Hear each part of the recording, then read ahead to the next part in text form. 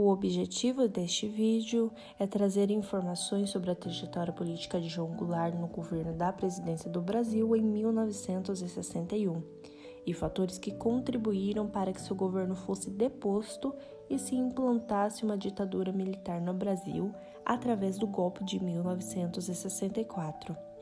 Informações trazidas neste presente vídeo foram baseadas na leitura do artigo número 28, publicado em 2009, da autora Lucília de Almeida Neves Delgado em O Governo João Goulart e o Golpe de 1964.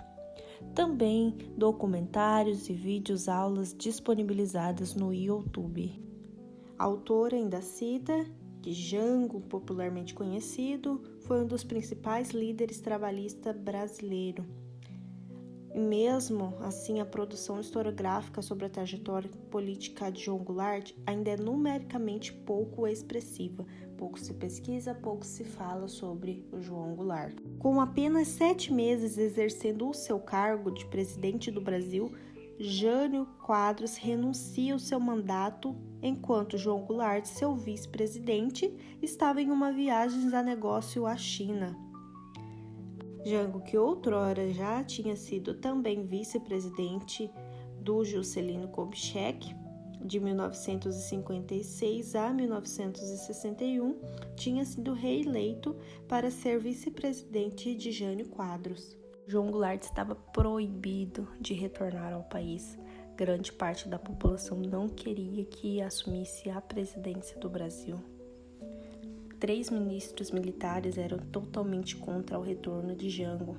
Chegaram a pedir que Ranieri Mazzilli, que estava governando provisoriamente, continuasse governando até o próximo mandato, o que era totalmente contra o que era previsto na Constituição. Leonel Brizola, governador do Rio Grande do Sul e também cunhado de João Goulart, através da campanha da legalidade, organiza movimentos com massas populares para que Jango pudesse retornar e assumir o seu cargo. O Congresso decide aceitar, mas apenas através de um regime de governo parlamentar, no qual vetava o poder do presidente, e esse poder ficava nas mãos do primeiro-ministro. Após 14 dias, João Goulart retorna ao Brasil como presidente da República. A autora Lucília ressalta que Jango assume a presidência em meio à crise com grandes inflações, no qual já vinha de governos anteriores. Segundo a autora Lucília, a posse de João Goulart aconteceu em um contexto de crise e foi deflagrada pelas ações de seus adversários políticos. Ele tinha como objetivo a efetivação de uma democracia social no Brasil.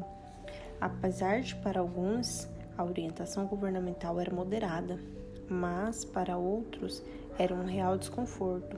Quem não gostou mesmo nada disso foram os conservadores, como as igrejas, forças armadas e os investidores internacionais, como os Estados Unidos.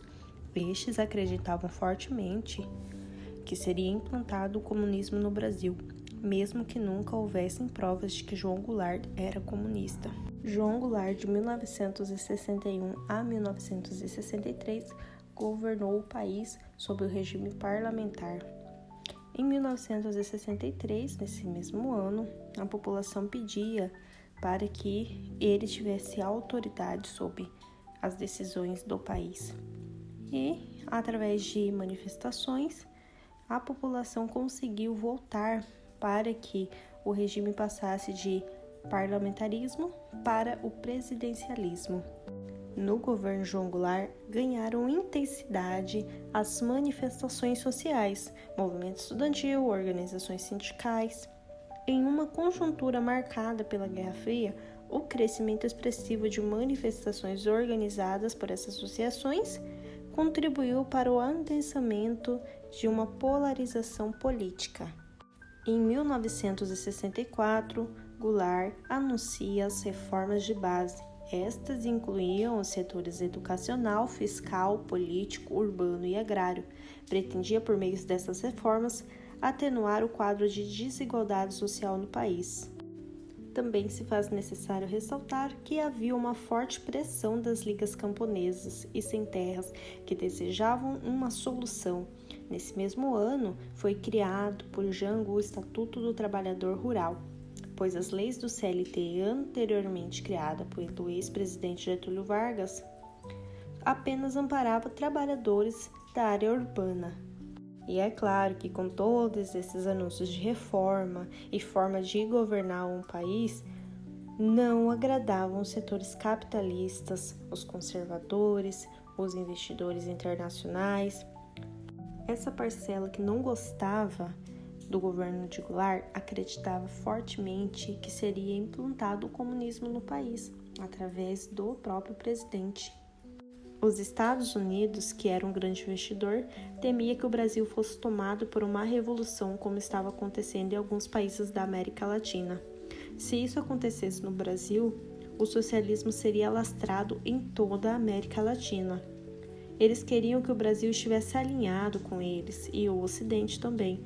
Lincoln Gordon, da Embaixada Americana, consegue convencer o Departamento de Estado de que Goulart iria perder o controle para o comunismo. Foram criados projetos que influenciaram na deposição do governo de Goulart.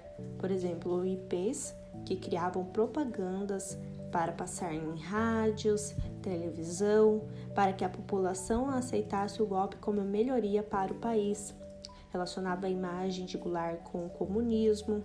Também criado o IBED, que era um plano para que comprassem deputados para serem contra Goulart e desestabilizá-lo. Os Estados Unidos estava disposto a incentivar que as Forças Armadas tomassem o poder. Jango, vendo que estava apertando para o seu lado, reúne forças no Comício Central do Brasil com aqueles que o apoiavam, que eram as grandes massas, os estudantes, trabalhadores rurais, ligas camponesas, as camadas mais pobres. Com todas essas mentiras sobre João Goulart, impulsionou o crescimento de opositores das classes burguesa, conservadora, capitalista e, em contrapartida ao comício de João Goulart, foi criado a Marcha da Família com Deus pela Liberdade, no qual membros da Igreja Evangélica, membros da Igreja Católica se reuniram com os demais para pedir que João Goulart saísse da presidência do Brasil. O estopim para que seu governo fosse deposto aconteceu em março de 1964. Houve uma manifestação por parte do Exército e da Marinha que buscava por melhorias e reconhecimento.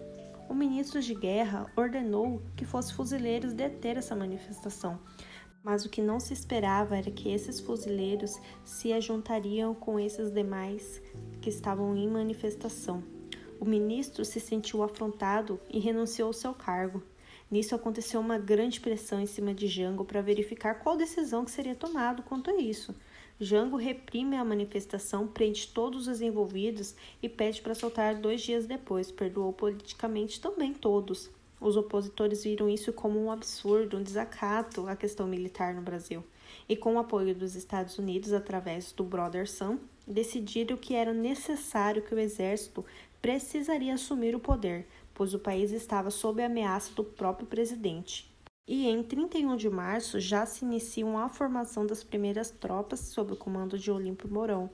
Jango, mediante essa pressão, tentou resistir, mas tinha medo que acontecesse uma guerra civil. Foi buscar ajuda de Brizola no Rio Grande do Sul, mas ele mesmo sabia que não conseguiria. Seu cargo foi declarado vago e os militares, no dia 1º de abril, tomaram o poder da presidência do Brasil. A autora Lucília, no artigo, cita que o golpe tornou-se inevitável, pois decorreu de um agudo acirramento de conflito social que ganhou dimensões de disputas políticas e ideológicas. Pode-se afirmar que a principal motivação do golpe que depôs o governo de Jango foi o forte descontentamento dos setores conservadores, União Democrática, Forças Armadas, da Igreja, proprietários rurais e investidores internacionais que temiam que o Brasil pudesse adotar um modelo distributivo e caminhar para o socialismo.